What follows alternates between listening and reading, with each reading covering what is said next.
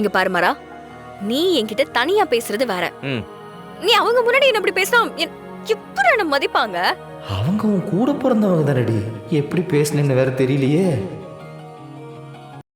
இந்த பாரு, நம்ம 2 பேரும் ஒருத்தர் பயங்கரமா லவ் பண்றோம்னு எல்லாருமே நினைச்சிட்டு இருக்காங்க. ஆ? ஏய், என்ன லவ் பண்றோம்ல?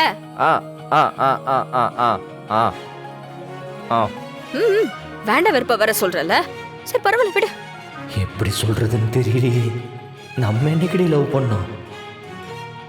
சரி விடு, நீ லவ் பண்றன்னு எனக்கு தெரியும். நான் தான் ஏதோ கோவத்துல உனக்கு கத்திட்டேன். அப்பாடா, அவளே ஒரு முடிவுக்கு வந்துட்டா. என்னடா யோசிச்சுக்கிட்டே இருக்க? நான் சொல்றது கேக்குறியா இல்லையா? நீ நீ நீ சொல்லு, நான் கேக்குறேன். என் அக்கா தங்கச்சி முன்னாடி நீ என்ன திட்டுற. இப்படி இருந்துச்சுன்னா எப்படி அவங்க நாளைக்கு என்ன மதிப்பாங்க? புருஷன்கிட்ட இப்படி திட்டு வாங்குறேன்னு என்னை பத்தி தப்பா தானே நினைப்பாங்க. நான் ஒன்னு சொன்னா கோச்சுக்க மாட்டியே? என்ன? ஏன் மேடம், என்னை எத்தனையோ தடவை எத்தனையோ பேர் முன்னாடி என்னென்னவோ திட்டிருக்கீங்க.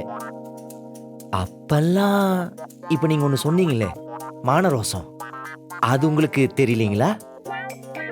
அதெல்லாம் கூட விடு, நான் உன்னை திட்டவே இல்லையேடி. இல்ல இல்ல, சும்மா யோசிச்சு பார்க்கலாம் தானே சொன்னேன். அதுக்கு ஏன்?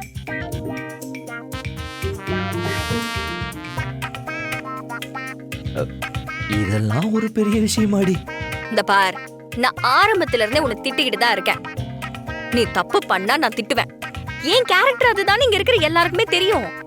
ஆனா நீ அப்படி இல்லல. ஆமா, நான் இழிச்சவாயன்ல. நீ பேசு. என்ன சைலண்டா இருக்க? இல்லல்ல. இல்ல இல்ல. நீ என்கிட்ட முன்னாடி எப்படி இருந்தியோ அப்படிதான் நீ எப்பவுமே இருக்கணும், புரியுதா?